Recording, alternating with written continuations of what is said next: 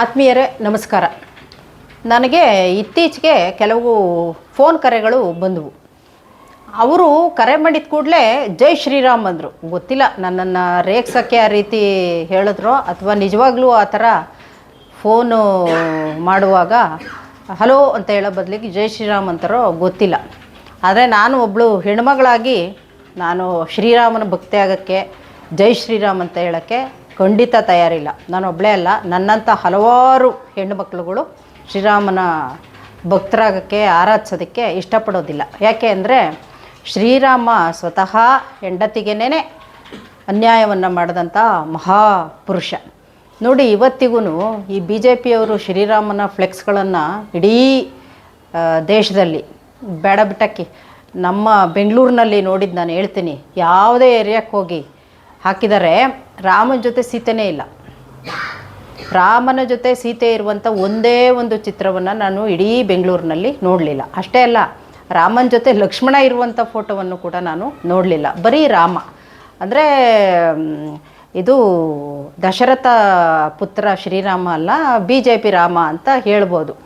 ಇರಲಿ, ಅಂಥ ರಾಜಕೀಯ ಪ್ರೇರಿತ ಜನರೇ ಇವತ್ತು ಮೊಬೈಲ್ಗಳಲ್ಲಿ ಜೈ ಶ್ರೀರಾಮ್ ಜೈ ಶ್ರೀರಾಮ್ ಅಂತ ಹೇಳ್ತಿದ್ದಾರೆ. ಜೈ ಶ್ರೀರಾಮ್ ಅಂತ ಹೇಳಬೇಕು ಇನ್ಮೇಲೆ ಹಲೋ ಹೇಳೋ ಬದಲಿಗೆ ಅಂತ ಕೆಲವರು ವಾದನೂ ಕೂಡ ಮಂಡಿಸ್ತಾ ಇದ್ದಾರೆ. ನನಗೆ ಆಶ್ಚರ್ಯ ಅಂತ ಅನಿಸುತ್ತೆ.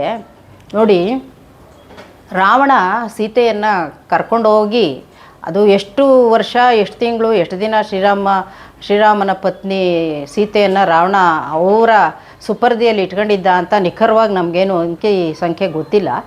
ಆದರೆ ಹುಡುಕಿ ಪಡ್ಕಿ ಅಲ್ಲಿ ಎಲ್ಲೋ ಇರೋ ಮಾಹಿತಿ ತಗೊಂಡು ಸೈನ್ಯ ಕಟ್ಕೊಂಡು ಹೋಗಿ ಕರ್ಕೊಂಡು ಬರಬೇಕು ಅಂದರೆ ಅದು ಸಾಮಾನ್ಯ ವರ್ಷಗಳೇ ಬೇಕು ಆ ಕಾಲಕ್ಕೆ. ಯಾಕೆಂದರೆ ಮಾಹಿತಿ ಏನೇನೂ ಇರಲಾರ್ದಂಥ ಕಾಲದೊಳಗಡೆಗೆ. ಅಂಥ ಒಂದು ಕಾಲದಲ್ಲೇ ಸೀತೆ ವಾಪಸ್ಸು ಬಂದಾಗ ರಾಮ ಅಗ್ನಿ ಪರೀಕ್ಷೆಗೆ ಒಳಪಡಿಸ್ದ. ಆಗ ಸೀತೆ ಅಗ್ನಿ ಪರೀಕ್ಷೆಯಲ್ಲಿ ಗೆದ್ದಳು. ತಾನು ಯಾವುದೇ ರೀತಿ ಒಳಗಡೆಗೆ ಅಪವಿತ್ರಗೊಂಡಿಲ್ಲ ಅನ್ನುವಂಥದ್ದನ್ನು ಸಾಬೀತು ಮಾಡಿದ್ಲು. ಅದರ ಅರ್ಥ ಏನು? ರಾವಣ ಆಕೆಯನ್ನು ಕೆಡಿಸಿರಲಿಲ್ಲ, ಆಕೆಯ ಶರೀರದ ಮೇಲೆ ದಾಳಿ ಮಾಡಿರಲಿಲ್ಲ ಅಂತ ಅದರ ಅರ್ಥ. ಹಂಗೆ ನೋಡಿದರೆ ಅವನು ಇಷ್ಟಪಟ್ಟ ಕರ್ಕೊಂಡೋದ. ನೀನು ಒಪ್ಪಿದರೆ ನಾನು ನಿನ್ನ ಜೊತೆಲಿ ನಾನು ಪ್ರೇಮ ನಿವೇದನೆ ಮಾಡ್ಕೊಳ್ತಿದ್ದೀನಿ, ನೀನು ಒಪ್ಪಿದರೆ ಮಾತ್ರ, ಇಲ್ಲ ಅಂದರೆ ಇಲ್ಲ ಅಂತ ಹೇಳಿ ಅದು ಒಂದು ಸ್ಪಷ್ಟವಾದಂಥ ಸಂದೇಶವನ್ನು ಕೊಡೋ ರೀತಿಯಲ್ಲಿ ಇದೆ ಘಟನೆ. ಈಗ ನಾವು ಹೆಣ್ಮಕ್ಳು ಯಾರನ್ನು ನಾವು ಮೆಚ್ಚಬೇಕು ಅನ್ನುವಂಥ ಗೊಂದಲದಲ್ಲಿದ್ದೀವಿ.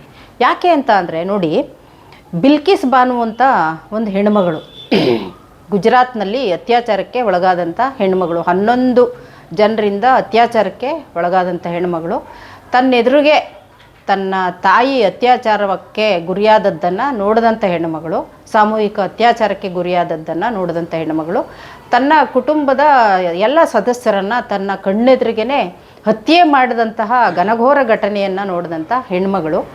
ಅದು ಕೇಸು ದಾಖಲೆ ಮಾಡಿಕೊಂಡು ಸುಮಾರು 20-23 ವರ್ಷ ಕಾನೂನು ಹೋರಾಟವನ್ನು ನಡೆಸಿ ಆಕೆ ಮಹಾರಾಷ್ಟ್ರ ಹೈಕೋರ್ಟಿಂದ ಒಂದು ತೀರ್ಪನ್ನು ಪಡೆಯೋದರಲ್ಲಿ ಯಶಸ್ವಿ ಆಗ್ತಾರೆ. ಏನದು ತೀರ್ಪು? ಈ 11 ಜನ ಅಪರಾಧಿಗಳು, ಅತ್ಯಾಚಾರದ ಅಪರಾಧಿಗಳು ಯಾರಿದ್ದಾರೆ ಅವರಿಗೆ ಜೀವಾವಧಿ ಶಿಕ್ಷೆ ಆಗಬೇಕು ಅನ್ನುವಂಥದ್ದು ಆ ತೀರ್ಪು. ಸರಿ, ಅವರನ್ನು ಜೈಲಿಗೆ ಕಳಿಸಲಾಗ್ತದೆ. ಆದರೆ ಅವರಿಗೆ ಜೀವಾವಧಿ ಶಿಕ್ಷೆ ಕೊಟ್ಟಿರೋದನ್ನು ಮರೆಮಾಚಿ ಗುಜರಾತ್ ಸರ್ಕಾರ ಅಷ್ಟು ಜನರನ್ನು ಸನ್ನಡತೆ ಆಧಾರದೊಳಗಡೆಗೆ ಬಿಡುಗಡೆ ಮಾಡ್ತಾರೆ. ನೋಡಿ, ರೇಪ್ ಮಾಡಿದವರನ್ನು ಸಾಮೂಹಿಕವಾಗಿ 11 ಜನ, ಒಂದು ಅಮಾಯಕ ಹೆಣ್ಣುಮಗಳ ಮೇಲೆ ಅತ್ಯಾಚಾರ ಮಾಡಿದಂಥ ಪ್ರಕರಣದಲ್ಲಿರುವಂಥ ಅಪರಾಧಿಗಳನ್ನು ಸನ್ನಡತೆ ಆಧಾರದಲ್ಲಿ ಬಿಡುಗಡೆ ಮಾಡ್ತಾರೆ. ಅದಾದ ನಂತರ ಸುಪ್ರೀಂ ಕೋರ್ಟ್ಗೆ ಆ ಹೆಣ್ಣುಮಗಳು ಮತ್ತೆ ಮೇಲ್ಮನವಿ ಸಲ್ಲಿಸಿ ಇದನ್ನು ನಾವು ಒಪ್ಪಕ್ಕೆ ಸಾಧ್ಯ ಇಲ್ಲ, ಈ ಬಿಡುಗಡೆ ಆಗಿರುವಂಥ ಈ ಆದೇಶ ಏನಿದೆ ಅದನ್ನು ರದ್ದುಗೊಳಿಸಬೇಕು ಅಂತ ಹೇಳಿ ಕೇಳ್ಕೊಳ್ತಾರೆ. ಆ ಪ್ರಕಾರ ಸುಪ್ರೀಂ ಕೋರ್ಟು ಅದನ್ನು ರದ್ದು ಮಾಡಿ ಅವರೆಲ್ಲರೂ ಬಂದು ಜೈಲು ಸೇರ್ಕೊಳ್ಬೇಕು ಅಂತ ಹೇಳ್ತಾರೆ.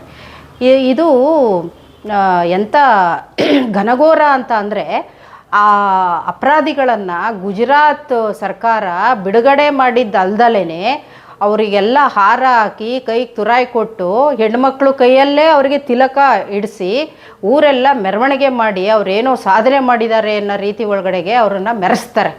ಅಂದರೆ ಅತ್ಯಾಚಾರಿಗಳನ್ನು ಮೆರೆಸ್ತಾರೆ. ಅಮಾಯಕ ಹೆಣ್ಣುಮಗಳ ಮೇಲೆ ಸೇಡು ತೀರಿಸ್ಕೊಳ್ಳೋ ರೀತಿ ಒಳಗಡೆಗೆ ಅವರನ್ನು ಬಿಡುಗಡೆ ಮಾಡ್ತಾರೆ. ಇಲ್ಲಿ ಬಂದು ಶ್ರೀರಾಮನ ಆರಾಧನೆ ಮಾಡ್ತಾರೆ. ಶ್ರೀರಾಮನ ಫ್ಲೆಕ್ಸ್ ಕಟ್ಟುವಾಗ ಒಂದು ಸೀತೆಯ ಚಿತ್ರವನ್ನು ಕೂಡ ಶ್ರೀರಾಮನ ಪಕ್ಕದಲ್ಲಿ ನಿಲ್ಲಿಸೋದಿಲ್ಲ. ಹಂಗಾಗಿ ಇವರು ಯಾವ ಸಂದೇಶವನ್ನು ಸಮಾಜಕ್ಕೆ ರವಾನಿಸ್ತಿದ್ದಾರೆ ಅಂತ ಹೇಳಿ ಯೋಚನೆ ಮಾಡಬೇಕಾಗ್ತದೆ. ಯೋಚನೆ ಮಾಡುವಾಗ ಜೈ ಶ್ರೀರಾಮ್ ಅಂತ ನಾವು ಯಾಕೆ ಹೇಳಬೇಕು ಅಂತೇಳಿ ಅವರು ಸ್ಪಷ್ಟಪಡಿಸ್ಬೇಕು ಅಂತೇಳಿ ನಾವು ಕೇಳಬೇಕಾಗ್ತದೆ. ಅಲ್ಲ, ನೀನು ಒಪ್ಪಿದರೆ ಮಾತ್ರ ನಾನು ನಿನ್ನ ಸಹವಾಸ ಮಾಡ್ತೀನಿ ಅಂತ ಹೇಳಿ ಅಷ್ಟೂ ದಿನ ತನ್ನ ಜೊತೆಯಲ್ಲಿದ್ದರೂ ಕೂಡ ಸೀತೆ ಸಹವಾಸಕ್ಕೆ ಹೋಗದೇ ಇರುವಂಥ ರಾವಣ ಎಲ್ಲಿ ರಾಮನ ಹೆಸರು ಹೇಳ್ಕೊಂಡು ರಾಮನಿಗೆ ದೇವಸ್ಥಾನ ಕಟ್ಕೊಂಡು ಜೈ ಶ್ರೀರಾಮ್ ಅಂತ ದೇಶದ ಜನ ಎಲ್ಲ ಕೂಗಬೇಕು ಅಂತ ಹೇಳ್ಕೊಂಡು ಊರಲ್ಲೆಲ್ಲ ಒಂದು ಗದ್ದಲ ಎಬ್ಬಿಸ್ತಾ ಇರುವಂಥ ಜನ 11 ಜನರನ್ನು ರೇಪಿಸ್ಟ್ಗಳನ್ನು ಬಿಡುಗಡೆ ಮಾಡ್ತಾ ಇರುವಂಥ ಘಟನೆ ಎಲ್ಲಿ? ಒಂದಕ್ಕೊಂದು ತಾಳೆ ಆಗ್ತವ. ಈ ಶ್ರೀರಾಮ ಯಾರ ಶ್ರೀರಾಮ? ಈ ಶ್ರೀರಾಮನಿಗೆ ದೇವಸ್ಥಾನವನ್ನು ಕಟ್ಟಿಸಿರುವಂಥದ್ದು ಯಾರನ್ನು ಮೆಚ್ಚಿಸ್ಲಿಕ್ಕೆ? ಆ ದೇವಾಲಯದ ಮುಖಾಂತರ ಯಾವ ಸಂದೇಶ ಕೊಡ್ತಾರೆ? ಇದೆಲ್ಲ ನಮ್ಮ ಮುಂದೆ ಪ್ರಶ್ನೆ ಇದೆ. ಚುನಾವಣೆ ಹತ್ರ ಬರ್ತಾ ಇದೆ. ದಯವಿಟ್ಟು ತಾವೆಲ್ಲರೂ ವಿಚಾರ ಮಾಡಬೇಕು ಅಂತ ಹೇಳಿ ನಾನು ವಿನಂತಿ ಮಾಡ್ತೇನೆ. ನಮಗೆ ಏನನ್ಸುತ್ತೋ ನಾವು ಅದನ್ನೇ ಹೇಳೋಣ. ಹಲೋ ಅಂತ ನಮಗೆ ಒಂದು ರೂಢಿಯಾಗಿದೆ. ಹಲೋ ಅಂತ ಹೇಳೋಣ. ಹೇಳ್ರಿ, ಏನೋ ಫೋನ್ ಮಾಡಿದ್ದೀರಲ್ಲ ಅಂತ ಮಾತಾಡ್ತೀವಿ. ಅದನ್ನೇ ಮುಂದುವರ್ಸೋಣ. ನಮ್ಮದೇ ಆದಂಥ ಶೈಲಿ ಏನಿದೆ ಅದನ್ನು ನಾವು ಬಿಟ್ಕೊಡೋಕೆ ಹೋಗಬಾರ್ದು. ಅದು ನಮ್ಮ ದೇವರುಗಳಾಗಿರ್ಬೋದು, ನಮ್ಮ ಆಚರಣೆಗಳಾಗಿರ್ಬೋದು, ನಮ್ಮ ಇಷ್ಟದ ಪರಂಪರೆಗಳಿರ್ಬೋದು, ಅವನ್ನೆಲ್ಲ ಮುಂದುವರಿಸ್ಕೊಂಡು ಹೋಗೋಣ. ಯಾರೋ ಹೇಳಿದ್ರು ಅಂತ ಹೇಳ್ಕೊಂಡು ಯಾರೋ ರಾಜಕೀಯ ಪ್ರೇರಿತವಾಗಿ ದೇವರನ್ನೊಂದು ಸೃಷ್ಟಿ ಮಾಡಿ ಇದನ್ನೇ ನೀವು ಆರಾಧಿಸಬೇಕು ಅಂತ ಬಲಾತ್ಕಾರ ಮಾಡ್ತಾರೆ ಅಂತ ಹೇಳಿದ್ರೆ ಅದಕ್ಕೆ ನಾವೆಲ್ಲರೂ ಕೂಡ ಪುರಸ್ಕರಿಸಬೇಕಾಗಿಲ್ಲ, ಮಾನ್ಯತೆ ಕೊಡಬೇಕಾಗಿಲ್ಲ. ಅದು ರಾವಣ ಬಲಾತ್ಕಾರ ಮಾಡ್ದ ಅಂತ ಹೇಳ್ತಾರೆ. ಇವರು ರಾಮನ ಹೆಸರು ಹೇಳ್ಕೊಂಡು ಬಲಾತ್ಕಾರಗಳನ್ನು ಶುರು ಮಾಡಿದ್ದಾರೆ. ಹಿಂಗೆ ಬಟ್ಟೆ ಹಾಕೊಳ್ಳಿ, ಇಂಥದೇ ವಸ್ತ್ರ ಧರಿಸ್ಕೊಂಡು ದೇವಸ್ಥಾನಕ್ಕೆ ಹೋಗಿ, ಹೆಣ್ಮಕ್ಳು ಇಂಥದೇ ಬಣ್ಣದ ಸೀರೆ ಉಟ್ಕೊಂಡು ಪೂಜೆ ಮಾಡಿ, ಇವೆಲ್ಲ ಕೂಡ ವಿಚಿತ್ರ. ಮತ್ತು ಸಮಾಜನ ಮುಂದಕ್ಕೆ ತಗೊಂಡೋಗಲ್ಲ ಇಂಥ ಆಲೋಚನೆಗಳು. ಭಾಳ ಹಿಂದಿಂದಕ್ಕೆ ತಗೊಂಡೋಗ್ತವೆ. ಮೊನ್ನೆ ಅದ್ಯಾರೋ UP ಚೀಫ್ ಮಿನಿಸ್ಟರ್ ಹೇಳ್ತಾ ಇದ್ದಿದ್ದು, ತ್ರೇತಾಯುಗಕ್ಕೆ ಹೋಗಿದ್ದ ಅನುಭವ ಆಯಿತು ನನಗೆ ಅಂತ ಹೇಳಿ. ನಿಜವಾಗ್ಲೂ ನಾಚಿಕೆ ಪಡ್ಬೇಕು ನಾವು. ಜನ ಏನು ಅನ್ಕೊತಾರೋಪ್ಪ ಜಗತ್ತಲ್ಲಿ. ತ್ರೇತಾಯುಗಕ್ಕೆ ಹೋದ ಅನುಭವ ಆಯ್ತಂತೆ. ಏನೂ ಇರಲಿಲ್ಲ ತ್ರೇತಾಯುಗದೊಳಗಡೆ. ಎಲ್ಲ ಏನು ಗೊತ್ತಾ, ಇದು ಒಂದು ಅನಾಗರಿಕವಾದಂಥ ಒಂದು ಸಮಾಜದೊಳಗಡೆ ಏನೋ ಮನುಷ್ಯರು ಬದುಕ್ತಾ ಇದ್ದಂಥ ಒಂದು ವ್ಯವಸ್ಥೆ ಇತ್ತು. ಅವ್ರಿಗೆ ತೋಚ್ದಂಗೆ ಯಾವ ಸಾಧನಗಳು ಇರಲಿಲ್ಲ.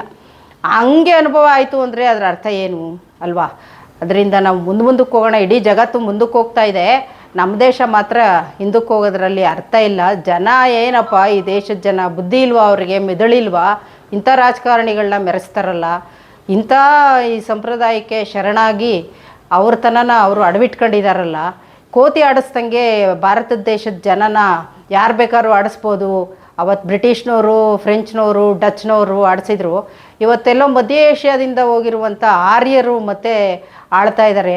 ಅಷ್ಟೇ ಕಣ್ರಿ ಭಾರತದ ಜನರ ಮೂಲ ನಿವಾಸಿಗಳ ಒಂದು ಶಕ್ತಿ ಅಂತೇಳಿ ನಮ್ಮನ್ನೆಲ್ಲ ಆಡ್ಕೊತಾರೆ. ನಾವೆಲ್ಲ ಈ ದೇಶದ ಮೂಲ ನಿವಾಸಿಗಳು. ನಮಗೆ ನಮ್ಮದೇ ಆದಂಥ ದೇವರುಗಳಿದ್ದಾವೆ, ಸ್ಥಳೀಯ ದೇವರುಗಳಿದ್ದಾವೆ. ರಾಮ ಉತ್ತರ ಭಾರತ ಅಯೋಧ್ಯೆಗೆ ಯಾಕೆ ಬತ್ತೆ? ಅಯೋಧ್ಯೆಯಲ್ಲೇ ರಾಮನ ಪ್ರತಿಷ್ಠಾಪನೆ, ಅಯೋಧ್ಯೆಯಲ್ಲೇ ರಾಮ ಹುಟ್ಟಿದ್ದು ಅಂತ ಯಾಕೆ ತೀರ್ಮಾನ ಮಾಡಿ ಅಲ್ಲೇ ದೇವಸ್ಥಾನ ಕಟ್ಟಿದ್ರು?